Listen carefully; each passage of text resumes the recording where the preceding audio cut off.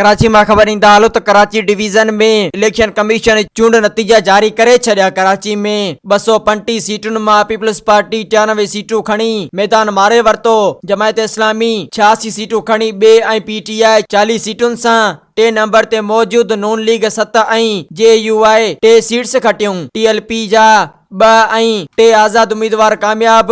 Lyari town जे 13 सीटुनि ते PP कामयाब। सदर टाउन ते बीठल PTI कराची डिवीज़न जो सदर ऐं मेयर लाइ उम्मीदवार खुरमशेर ज़मान UC जी सीट हाराए वियो। PP जो नजमी आलम कामयाब। मलीर ज़िले जे 30 UCs में बि PP 24 सीटूं ॿुहारे वई। PTI 2 ऐं जमायत इस्लामी 3 सीट्स ते कामयाब। Soomro 3D wallpaper and PVC panel shop दे रहा है सबसे अच्छी सर्विस, बेहतरीन क्वालिटी के आला मयार वॉलपेपर और सीलिंग खूबसूरत डिजाइन और कलर्स में दस्तयाब है। हर किस्म के PVC वॉलपेपर्स और सीलिंग लगवाने के लिए हमसे राब्ता करें।